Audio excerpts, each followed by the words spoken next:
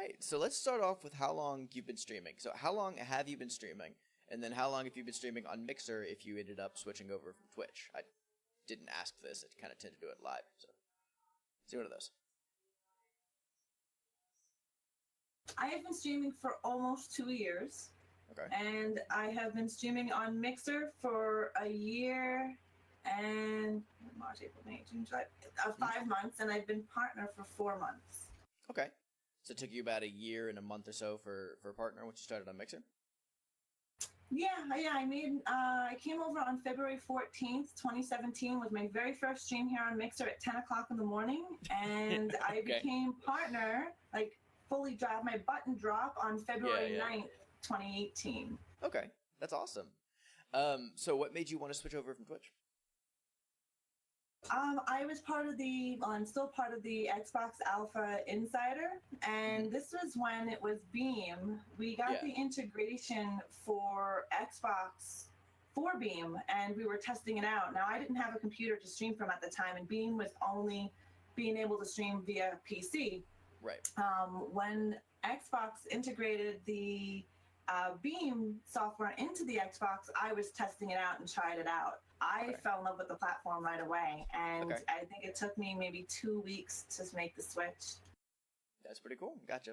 So just the integration for it. So when did you end up getting a PC then to start doing that stuff? I've had my PC for almost a year now.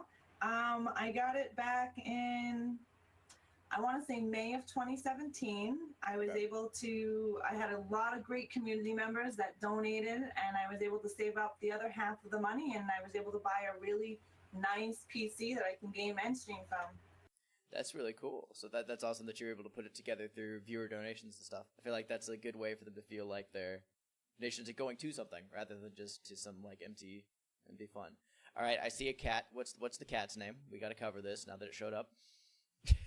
Well, I've got the cat right there. Her name is Fusa. Okay. And then this guy here. Oh, I didn't see him. Is my Chihuahua. His name is Chico. He's my streaming mascot. He usually sits with me, and he has his own webcam. That is awesome. I've always wanted to do that. Where does the name Chico come from? My daughter came up with the name Chico. Okay, cool. You can see my lazy dog hanging out in the back. All right, speaking of names, where did the name ReAnimateHer come from? It is one of my favorite names on Mixer, if I'm being completely honest. I love the theme, but how'd you think of that? Where'd it come from? Thanks. Well, there is a movie called ReAnimateHer from 1985. Yep. And that is where it all starts. I'm a big horror fan, zombie fan, so. Yeah. All right, what are your favorite... Yeah, what are your favorite horror movies then? We're probably gonna end up talking about that for a little while, but let's just go right into it then. I have too many favorite horror movies.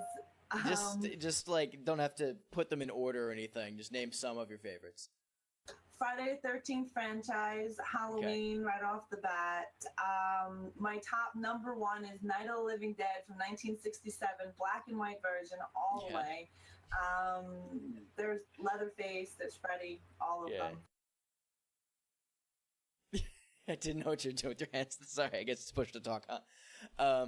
It's on push to talk, and I was just saying hi to Zootown at the same time. Oh, I see. All right.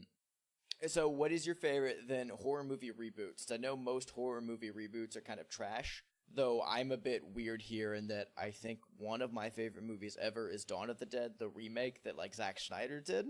But a lot of people say that's weird that it's not the original one. So I'm just curious to what your favorite reboot is from that. I would have to say, well, Rob Zombie did a really good job on extending onto Halloween. I wouldn't really say it was a reboot, but he did a good job extending Halloween. I thought it was good. It was more violent, more gory, and it gave you a more in-depth look about Michael and his history. So I haven't seen the Halloween movies. That's probably gonna hate me for that. Where do I start? I know, right? You're gonna start with you're gonna have to start with the very original, the first Halloween, and then work your way up. And then once you've watched all the Halloween, skip number 3 because number 3 just sucks altogether. All right. It has nothing to do with Michael per se. Right. Then watch Rob Zombie. Okay, so all the Halloween, skip 3, and then go to Rob Zombie. All right. So running back a little bit, I see a question that I missed here. How many hours a week do you stream? And then apart from that, how many hours a week do you spend working on things for your stream that aren't actually streaming itself? And I know it can vary, so just rough estimate. Oh yeah. So okay, so I try to stream 3 hours Mondays, Wednesdays, and Fridays, and then Saturdays and Sundays 2 to 4 hours. It just depends on if family's around and if we have plans. And how much I spend way too much time offline working on things, tweaking things. Plus I work full time. So I work 9 hours a day and then squeeze in between working on the stream, which is usually Tuesdays and Thursdays. I work on the stream. So. And you have 2 kids, right? How do you balance that with the streaming life? That seems rather, I don't know. Don't have kids, but I have a hard enough time managing my dogs in my streaming life, so I can't even imagine. How do you make that work? Oh, it's a lot of fun. Well, I'm lucky because my oldest one, she's out of the house already. She's moved out and she does her thing. And my youngest one, it's just balance. It's finding that perfect balance. It's not perfect for me still, but I found a good balance that I'm able to spend family time with, work on the stream, and she games. So I get her into the gaming industry as well. And she's been in the stream a few times too. Yeah, I was about to ask about that. So what is your family's relation in your streams, and how have you found those experiences with her being in the stream? They enjoy it. My husband, he is like 100% backs me up in it. So that's really good. Having a spouse that's encouraging and telling you, yeah, go right ahead, do it, make it good. And my little spawn there, I call her my spawn. She enjoys it. She thinks it's cool. She tells all her friends and they're like, what? Your mom plays video games and she streams? So it's hilarious to hear her friends get all crazy about it. That's pretty. I never thought about that. Yeah, my mom's in video. Oh wow, my dad's a lawyer. That's boring, but man, so that's neat. That's awesome that she's very proud of that. That's got to be a pretty good feeling. So yeah, I'm guessing the love of horror extends over into games as well. I see that you play a lot of Dead by Daylight, Friday the 13th, and stuff. How do you feel about where horror games are currently? How do you feel about the trend of? I guess it's not really a current trend, but how do you feel about mechanics that take away weapons from the player?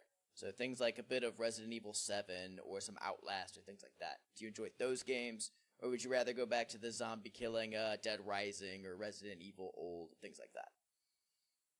You know what? I like them all because you have your first person kind of like Resident Evil. I wouldn't really say it's FPS, but you've got that with your weapons and your guns that you can use, and it's to me it's not more of a, it's more of an FPS or an RPG than it is a survival game. So like Dead by Daylight and Friday the 13th and a few of those Outlast, it's all about survival. It's all about strategy. Where Resident Evil and Dead Rising 3 is the reason why I have an Xbox One. I was a PlayStation fangirl for a long time. Okay, interesting. But I love them all. Like, they all bring something different. I do like State of Decay. It's more open world, kind of like GTA, but without all the crap that GTA brings. Yeah. Did you like State of Decay 2?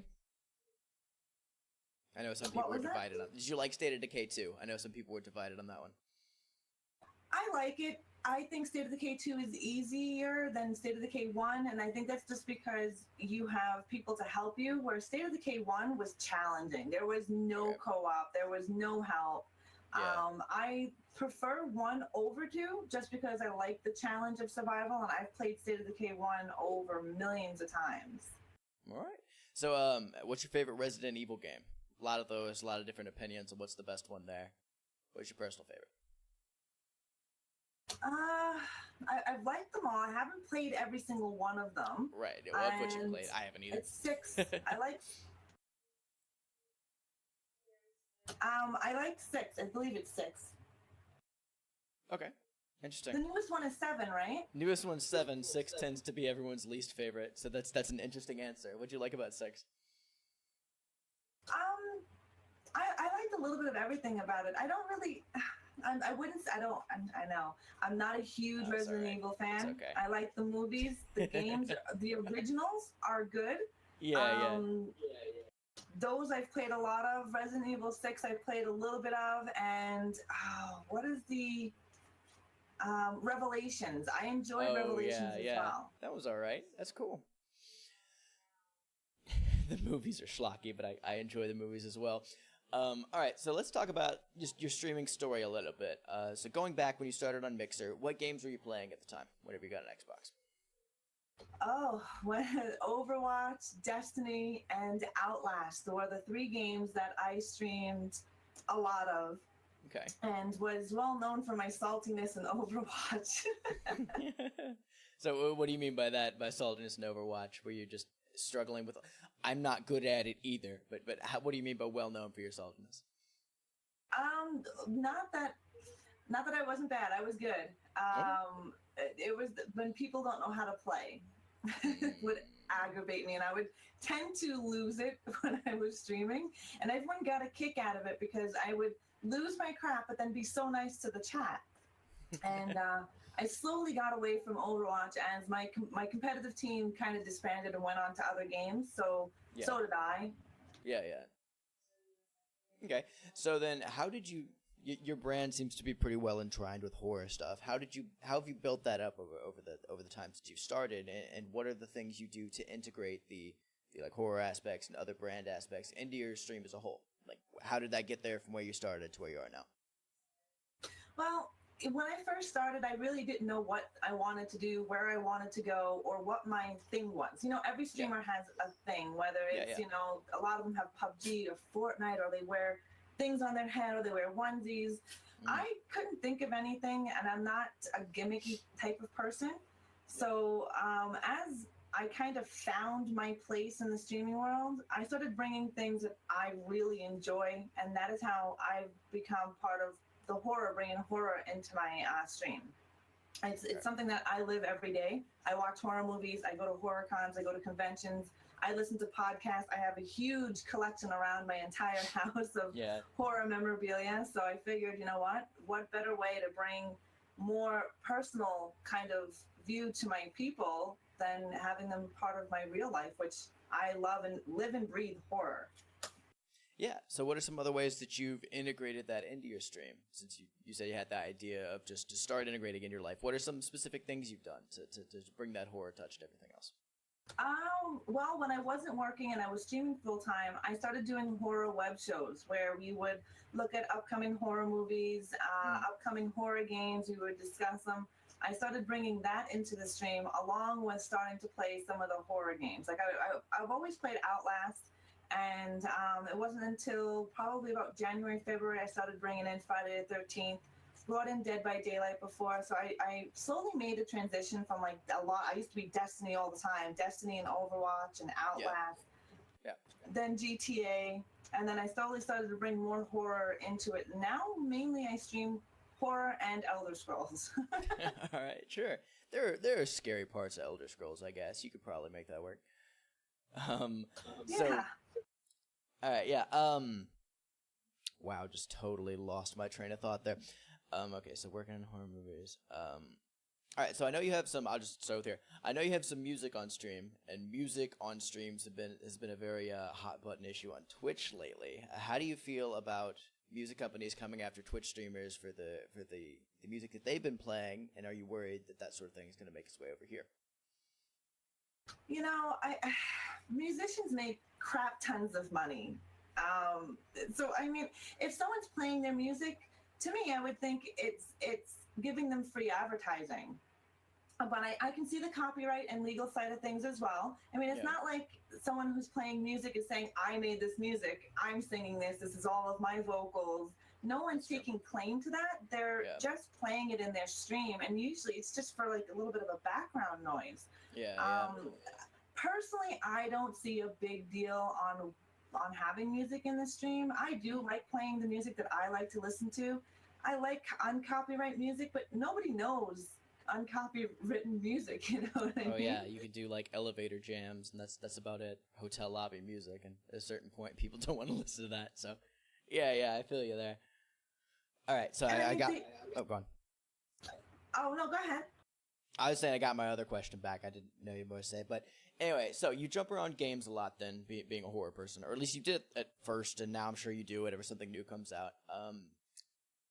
Was that tough for you for a while? Because I know that finding an audience can be pretty difficult whenever you're jumping around games, especially first starting out. So how do you make sure that like the fans, the people that want to see you, stick around through those transitions? Yeah, it's as a variety streamer and as a variety horror streamer, it is super hard. When you pick one game to stream, example Fortnite, when you pick Fortnite and you stream only Fortnite and then play a new game when it comes out, you're easier to build your community that way because your people want to see Fortnite. When you're a variety streamer, even a horror variety, you're getting even into a smaller niche of people because not everyone enjoys horror games or horror. And I try to keep it. I try to keep them here with me, like uh, not the game to keep them, but basically my personality, what I do in stream, and how I interact with them. I try to keep them here because of me, not because of the game I'm playing. Mm. That makes sense. It's hard. It's hard to get a big following in horror than it is getting some like Battle Royale or other big games. Yeah, for sure. So have you ever found a game that you liked and enjoyed, but that didn't work so well on stream, so you had to switch? No, not really. I play what I enjoy. I've played games where I've only had 10 people in the stream, but that doesn't affect me any. I'd rather play games that I enjoy than having a whole bunch of people hanging out, because people will come if they see you having fun, right? If you're having a good time and you're playing what you feel like playing that night, they'll come in. You'll eventually get them. They will come. Yeah. So then, how do you find the motivation to keep up that positive attitude and keep up that energy? Like, everybody has bad days. Everybody has times where streaming is maybe difficult to do. But, like, as a partner, you're at the very least expected to stream so many days a week at some point, and your fans expect you to stream at some point. So what generally drives you to streaming, and then what are some things that you can do to push through those bad times whenever you know that it's something that needs to be done? Easy. My people, my community. Without some of them that come into my stream every day, I know Spades, for instance, who's in here right now, and You Run Dead. I see them all the time. I talk to them outside of stream in Discord. I see them all the time on my stream. It's the people, the friendships that I make is what helps me get through those days, because we all get them. We all get those days where we just don't feel like streaming. Work was rough, and maybe you had a crappy day. But the minute you get on stream and you see your people and your guys are laughing and having a good time, what keeps me going, even on those horrible days or down days, is my community. Without them, I really wouldn't be here. I wouldn't be partner without these people. I consider their online friendship like a real life friendship to me. Yeah. I know crap tons of information about them, and I may only see them Mondays, Wednesdays, Fridays, Saturdays, and Sundays, but I chit chat with them offline. I get to know them. It's the people that bring me back. Is it ever weird talking to your family and being like, and just like casually talking about people that you met in stream as if, they are close friends? You think of them as close friends, but is it ever weird talking to people in real life being like, I know all these people that just hang out in my stream and do that? So what's that like? Yeah, it's strange. It's a little weird to other people, because they're like, well, how do you make that connection with them? I'm like, well, it's not someone I don't just see. They don't just come into my stream and sit there. They come into my stream, they interact with me, and then it's like seeing your coworkers. You get to know about your coworkers because you see them every day for like 8 or 9 hours a day. I get to see my community members for anywhere from 2 to whatever I plan on streaming that day. Yeah. I've had people look at me funny in that sense, like, oh, how do you get to know them? Like, because they sit there and they talk and we have a good time. Yeah, that's cool. So you view them as obviously not just viewers, they're friends, and so that other people have to understand that at some point. That's neat. Yeah, I mean, they're not viewers to me. They're my friends. This is a night out at my house. This is my friends coming into my home and hanging out with me and chit chatting and playing video games. I have come Gamersass for one of them. Gamersass is a really, really dear friend of mine, and we've never met in real life, but we talk, and he's helped me out through some of my situations, and I've hoped I've helped him out with some of his situations, but they're not viewers to me. Yeah. They're friends. You guys are coming into my home and you're chilling with me. We're having coffee. We're playing video games. Sometimes we're chit chatting. I don't look at numbers. Even when I stream, I don't have my view count nor my follow count showing when I stream. It's all hidden. I use a pop out chat, and I keep all that hidden because I don't really care about the numbers. It's the connections you make. That's a really good attitude to have, and probably partially why you made it a partner in the first place. Just people can see that and they connect with that. All right, so switching to the other side of this, what is would you say the biggest challenge related to getting in the way of streaming or obstacle that you have to overcome for streaming? And it doesn't have to be involving streaming or technology itself, because a lot of times it's just other aspects of life that get in the way. So what would you say is the biggest challenge, and what do you do to get past it? The biggest challenge for me is when I went back to work. And yeah, Gamersnest is right, is technology. Technology seems to hate me. But technology's biggest thing. I always have issues with my stream, and I don't know why. I have the strangest issues as well. But it's also finding the balance. What I found going back to work, I had less time to stream. So it's finding that's what I found challenging as a streamer. And it was easier for me when I wasn't working to stream and juggle everything. I had a lot of time. I used to stream 6 hours, 7 hours a day, and then deal with my family when they came home. Yeah. And my biggest hurdle is having the energy, not the ambition, the energy after work and coming home and streaming. That is what I found. And having to start all over again from the beginning, because I streamed during the day, which had a different friendship base, right? That had a lot of UK people and from everyone from around the world. So then I had to switch into evenings, and just finding the energy and sometimes the time to stream, but mainly the energy to stream is what I find. And I still struggle with, because, sometimes you're working 9-10 hour days, and by the time you get home, it's like, I got to cook dinner, take care of the kids, take care of the dog, take care of the cats, take care of the man, and then jump on and stream. Yeah, for sure. No, some people don't realize that streaming is you're on during streaming, so it takes a lot of active mental energy to do that. And sometimes that means an extra cup of coffee at 4 o'clock right before you go home. But that's the way it works. Yes. Yeah. So everybody has ups and downs to streaming. That you probably just touched on this, but what is the closest you've ever come to like giving up on it and just walking away and being like, this is too much, I can't handle this, I'm out?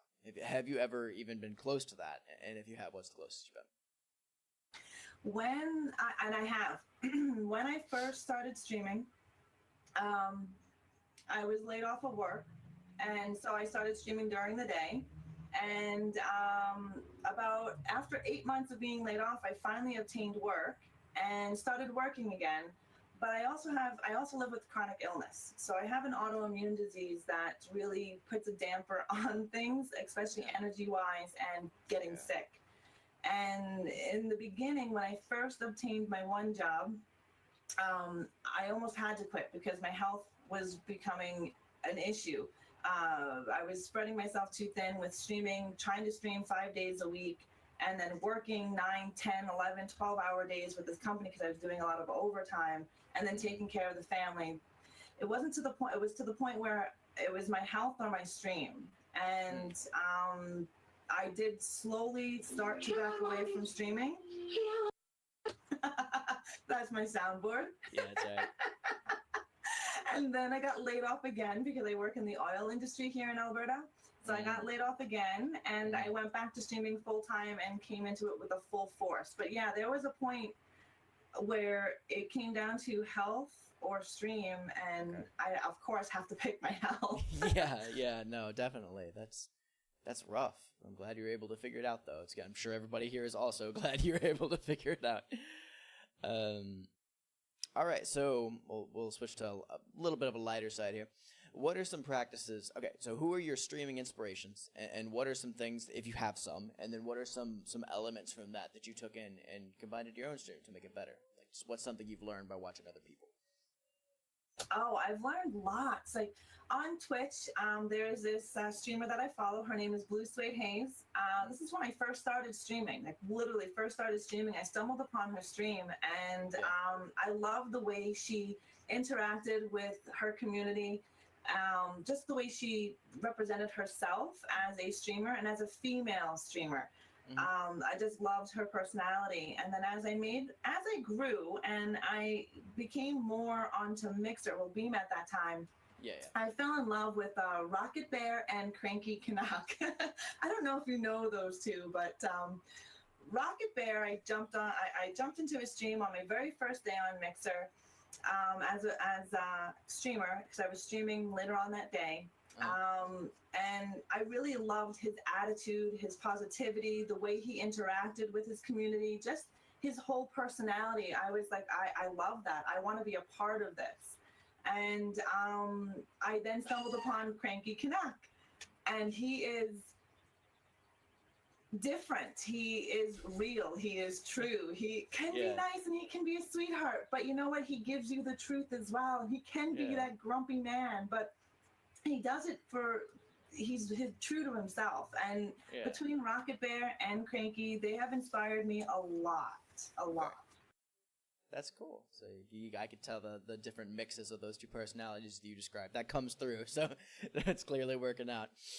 All right, so we'll wrap up here. I've taken up enough of your time at this point, but one question I like to close on for everybody I talk to is how would you rate yourself as a streamer on a 1 to 10 scale? So like you're a third-party reviewer looking at yourself. How would you rate yourself? And then what are some things that you would like to improve about your own stream going forward, or some ideas that you'd have for the future?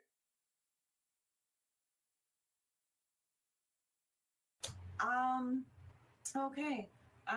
So if I was viewing myself, I would probably say about a 6. I know I have room to improve.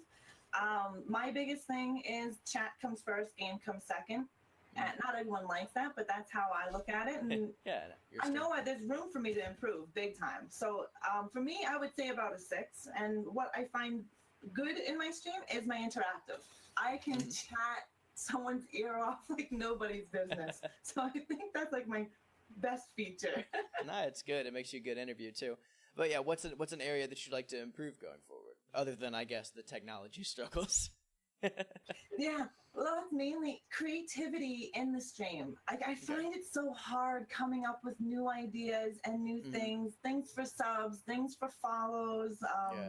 I try to keep a lot of my follow alerts and things not copyright. So like my sounds are all like my follow alerts and stuff like that. I find being creative in the stream and bringing new things an issue for me. That's what I find. Do you keep like a notepad by you? Because I can point to sticky notes and just various. Yeah, there you go. I was about to say things that you just write down whenever you think of ideas, but you seem to have that covered. All right. So I do that at all times, and that's the way I deal with it. So if I'm at work or I'm like at a movie or something, if I pull something out, I'll just jot something down on my note. Good. You're ahead of me on that. All right. So we're gonna close out here on this one. First up, is there anything that you want to plug? Do you have like a merch store or maybe a shout out for a mod or something like that? Anything you want to say before we sign off here? I'd love to give a shout out to my mods and the Horde community. You guys are amazing, and I love all of your faces. I know you hear me say it every time I stream, but if it wasn't for you guys and spending your precious time with me, you guys rock, and I love your faces. Thank you so much for everything that you do. All right. Thank you guys as well for, allowing me to do this and giving us a platform here to talk to. All right, so here, we're going to close on this. You're in a horror movie. You're now the director and the lead actress of it. What's your villain look like, and what is the general setup for it? Oh, that's a good one. My killer would look like... Oh, he would most likely look more like Jason Voorhees without the mask, though. So half of his face, like, coming off. And you want him to look really disgusting and scary. And, I like isolation and hillbilly kind of background. So I would say often, like, Alabama kind of forestry. I'm from Texas. I get it. That's my actual fear. Okay, sorry, See, go I on. like isolation where there's no help, and Yeah. I want my villain to be so scary that so like his face kind of like all deformed and really big and just silent type, because Yeah. I find silent more scary than someone that makes a lot of noise. Okay. All right. Cool. Great. We'll get a Kickstarter started and we'll see if you can make that work. Um, awesome. Yeah, I'm gonna let you go to do your thing. Thank you so much for just taking the time out of your day to come talk to me. I really appreciate it. I know we had some trouble getting this scheduled, but I think it worked out well. I've had a really good It time. did. I had a great time. Thank you so much, and thank Awesome. you for being patient with me and Oh, my no me worries. being sick and all that No crap that went on. worries.